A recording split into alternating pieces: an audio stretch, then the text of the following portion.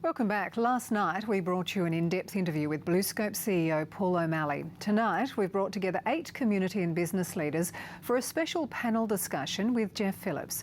What was their reaction to the interview, and do they buy what BlueScope is telling us? Ladies and gentlemen, welcome to Studio 8. Thanks for your time tonight. I'll start with you, Arthur. We saw last night Mr O'Malley saying that tariffs were not required by both BlueScope and the government, yet you're pushing that way. Why is that? Look, ultimately, Mr O'Malley has got a responsibility to his shareholders. He's made that very clear, and he acts on that, and I think he's doing a good job for his shareholders. We need action for the rest of the people of Australia in the national interest, economic and national security interest. A company can't do this. Only governments can do this. That's why they need to have policies that support the whole industry, not just the interests of one company. That's the point here. And if what we've seen around the world is any guide, every single country, still producing country, is taking this sort of action. And we say it's about time we did too. Ian, I'll come to you. Are you expecting to be part of the collateral damage from this fallout? Yeah, so we're already feeling a bit of pain, as are all the other contractors around the Illawarra. The rates are sort of being cut. It's much more competitive than it was. But I think the big thing that we can see from the community is the strength in the community, the support we've had for this petition. We've had 15,300 people sign it, and there's just massive support for this steelworks and to keep Port Kembla going. We regard it as the engine room of Australian manufacturing, and it's just too important to let it slide away, like some of the groupthink that you hear amongst certain people. We disagree with that, and we think it has to be nurtured, it has to be encouraged, it has to get through this tough time so that when things come good again, it's a viable, strong business. So all the contractors in the community here are on that wavelength. Okay. Gareth, we heard from Mr O'Malley last night, who also said he needs payroll tax concessions from the state government. Is the state government moving in that direction? Well, Jeff, look, I'm very concerned about what we're seeing at the steelworks. My mum and dad met there in 1972, like a lot of Illawarra families, and we've said as a government that we are prepared to do all that we can, and that includes looking at payroll tax concessions. But what is important is that the company be assured that it has a strong future here in the Illawarra. And look, there are 2 issues here. There is the future of the steelworks, and there is the broader future facing the Illawarra economy. And look, we have a very bright future. We've seen over the last 12 months around 18,000 jobs generated here, but we need to do all that we can to support this important industry as well as the new industries that are coming to the region as well, and we'll do all that we can as a state government to assist. Deborah, what's the take from the business point of view with what's going on at the steelworks at the moment? Is that going to put businesses in Wollongong and the Illawarra area in dire consequences? Well, as Ian just said, a lot of the contracting community and businesses in the supply chain are actually doing it tough as well, and many of those are working collaboratively with BlueScope at the moment. What I think we need to do is to consolidate and work together on solutions, and I think the time for action from all of us is now. I think our tone as a community has changed. That's, you know, the business and our political leaders and the unions, and we are in a position now where it's time to take action. Many of us have put on the table to Minister McFarlane the other day an action plan. You know, we've put ours together and others have, and it's time for us to gather around to do what we can to support BlueScope in Plan A, but also to prepare for a potential Plan B, which is on the table, and have a contingency plan that involves the government in doing what we can in whatever may come. Yeah. Wayne, an important question for you. We heard that it has to be $200 million worth of savings. Is the union prepared to work with BlueScope? Because I have the feeling that the workers not only need, or BlueScope, the workers as well, not only need to protect their own jobs, especially with you protecting their jobs, but you also need to protect BlueScope, because without BlueScope, all the jobs are gone. Yeah, look, we're going to do what we can to achieve the 200 million. Our part's about 50 to 60 million. We don't like losing members out of the industry. We don't like our contractors, as was said by Ian, getting carved out of the industry. We will work cooperatively where we can, within reason. We're not prepared to sell our soul on some issues, but we'll do what we can. And I'm sure that, you know, if the pain is shared equally, and that's what we've been saying from day one, it can't be all people on the shop floor. We've got to start from the O'Malley's job down. If we can do that, I'm sure we'll get our bit done. It's then up to the rest of the community to get their bit done through the governments and other savings. So I think we'll get there. Well, George, I'll come to you. You're the face of this. What's the feeling on the shop floor? The feeling on the shop floor is pretty dour at the moment. They have a feeling that they will go to step B, plan B, but there's a lot of young blokes there. I'm almost getting ready for retirement, but according to Mr. Hockey, I can still work till I'm 70 or 67.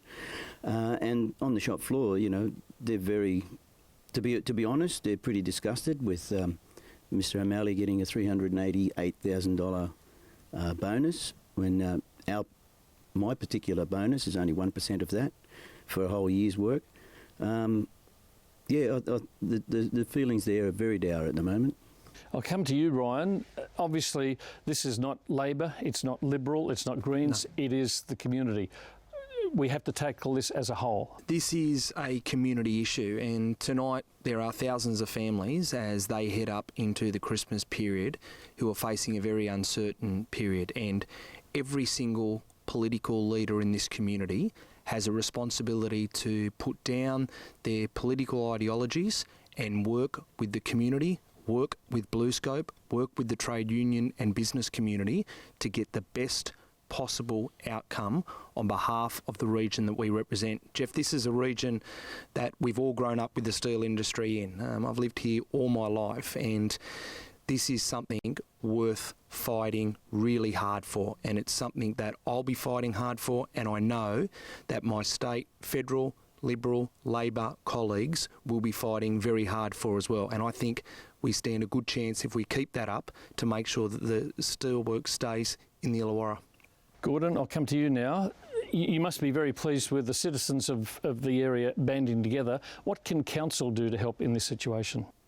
Council's levers are very few, but we can review our rating on that particular site, and also perhaps coming in and supporting the procurement issues. Look, the reality is that this is part of an international process that's going on. We can't deal with this in isolation. It affects us nationally. We enter into trade agreements and so on. So there's a lot of steel floating around out there on the international market, finding a competitive space for BlueScope and so on. But I'm more concerned about its implications on our city and our region. Our modelling indicates that if we do downsize the workforce at BlueScope by 500, there will be at least a flow-on effect of another 300.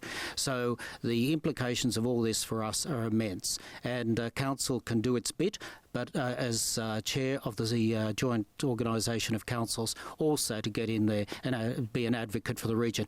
But it appears that the main implications are for our region.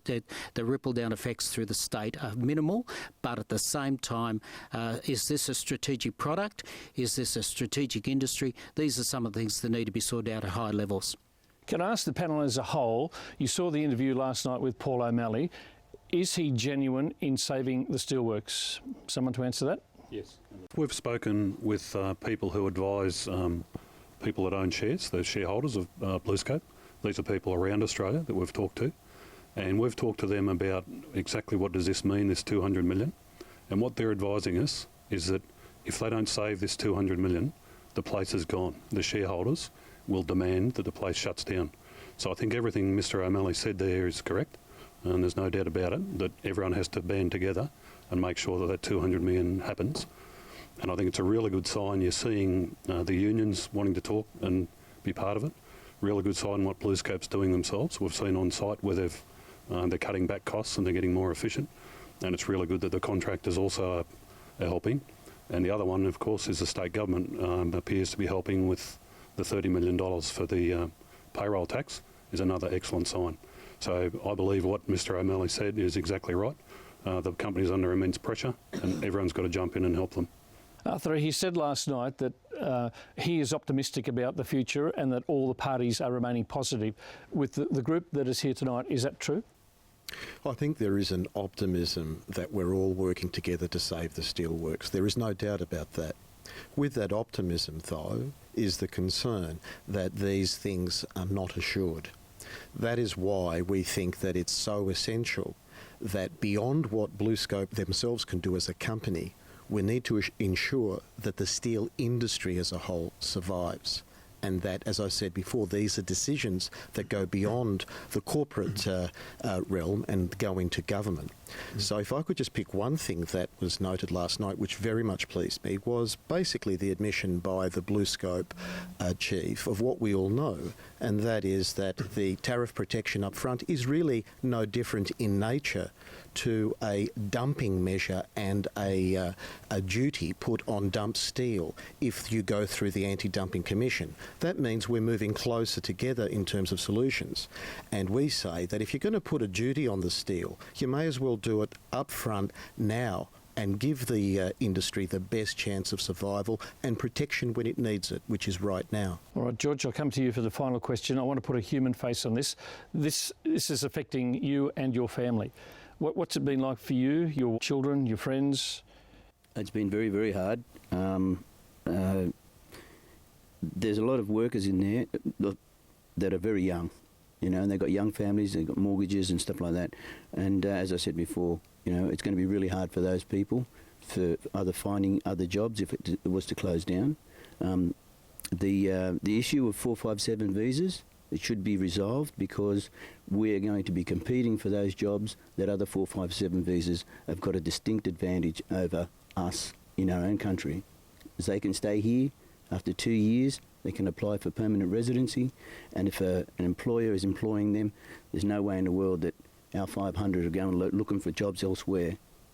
Is it personally affecting your family? Oh yes, it is. It's affecting us. But you know, I have a son who's not very well, mental illness and stuff like that, and it's a huge drain on myself and my partner and my other son. Ladies and gentlemen, I thank you for your time tonight on Win News, and I hope you can all come to an agreement and this problem can be resolved amicably. Thank you. Thanks, Jeff.